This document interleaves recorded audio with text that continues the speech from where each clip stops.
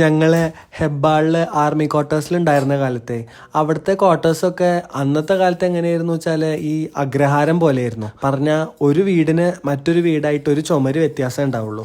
അങ്ങനെ നിരത്തി ഓട് മേഞ്ഞിട്ടുള്ള വീടോളാ. അതിന്റെ മുകളിലത്തെ നിലയിലേക്ക് വീടോളൊന്നുമില്ല. ഹെബ്ബാള് ആർമി ക്വാർട്ടേഴ്സിലെ ഞങ്ങളുടെ ജീവിതം ഞങ്ങളുടെ രാമായണത്തിലത്തെ കിഷ്കിന്താകാണ്ടായിരുന്നു കേട്ടോ. എന്താച്ചാ കുരങ്ങന്മാരുടെ 5 കളിയാണ്. ഒരു സാധനം പോലും നമുക്ക് വീട്ടിൽ വെക്കാൻ പറ്റില്ല. എല്ലാം അവരെടുത്തോണ്ട് പോകും. അതിപ്പോ എന്നതൊന്നുമില്ല, ഒക്കെ ഞങ്ങൾ എടുക്കും എന്ന് പറഞ്ഞാൽ.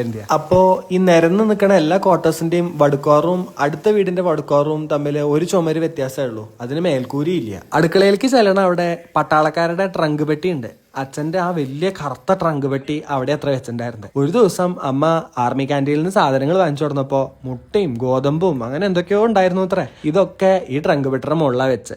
അമ്മ എന്നിട്ട് പതുക്കെ അങ്ങോട്ട് പുറത്തേക്ക് ശ്രീജാന്റിയുടെ അടുത്തോ ബിന്ദു ആന്റിയുടെ അടുത്തോ സംസാരിക്കാൻ വേണ്ടിയിട്ട് പോയി. ഈ തക്കം പാർത്ത് നമ്മുടെ വാനരപ്പട അവിടേക്ക് എത്തി. എല്ലാ സാധനങ്ങളും എടുത്തിട്ട് പെരപ്പുറത്ത് പോയിരുന്നു അത്രേ, ഓട്ടും പുറത്ത്. അവിടെ ചെന്നിട്ട് മുട്ട കുറെ പൊട്ടിച്ചു, കുറെ മുട്ട കുടിച്ചു, കുറെ മുട്ട പൊട്ടിച്ചു കളഞ്ഞു. ഗോതമ്പിന്റെ പാക്കറ്റ് പൊട്ടിച്ച് അവിടേക്ക് ഒന്ന് മൂപ്പര് വെതറി.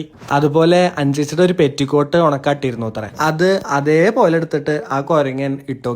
അതുപോലെ അപ്പുറത്തെ വീട്ടിലത്തെ പട്ടാളക്കാരൻ അയാളുടെ കുട്ടിയുടെ പിറന്നാളിന് വാങ്ങിച്ചിട്ട് കൊണ്ടുവന്നിട്ടുള്ള മിഠായി പാക്കറ്റ് അതും കൊണ്ടുപോയി അവിടെ മുഴുവനും പൊട്ടിച്ച് മിഠായി മഴയായിരുന്നു അത്രേ. അപ്പൊ നിങ്ങൾ ഒരു കാര്യം ചോദിക്കും, ഞാൻ എവിടെയായിരുന്നു എന്ന് അല്ലേ? എനിക്ക് വേറൊരു ഡ്യൂട്ടി ഉണ്ടായിരുന്നേ. എനിക്ക് നടക്കാറായിട്ടുള്ള പ്രായമായിരുന്നു. അപ്പോ ഓരോരുത്തരുടെയും വീട്ടിലേക്ക് അങ്ങോട്ട് ഓടും. എന്നിട്ട് ഓരോ വീട്ടിലും ചെന്ന് ഇൻസ്പെക്ഷൻ ചെയ്യുക, ഓരോ സാധനങ്ങൾ വലിച്ചിടുക, ചില സാധനങ്ങൾ നശിപ്പിക്കുക, കറിവേപ്പ് നിൽക്കുന്നുണ്ടെങ്കിൽ അത് മൂത്രമൊഴിച്ച് നശിപ്പിക്കുക. അങ്ങനത്തെ അല്ലറ ചില്ലറ വിനോദങ്ങളായിരുന്നു എനിക്ക്. എന്റെ കുട്ടിക്കാലത്ത് എന്നെ കാണാൻ നല്ല ഭംഗിയാത്ര ഉണ്ടായിരുന്നു. അതുകൊണ്ട് തല്ല് കിട്ടാൻ ഞാൻ ജന്മാന്തരം. അല്ല, എന്നാ ഭംഗിക്ക് എപ്പോഴും കുറവൊന്നുമില്ല കേട്ടോ. അങ്ങനെ കിഷ്കിന്ധാകാന്ഡം സമാപ്തം. അപ്പൊ എന്നാ ശരി കേട്ടോ, പോയിട്ട് പണിയുണ്ട്.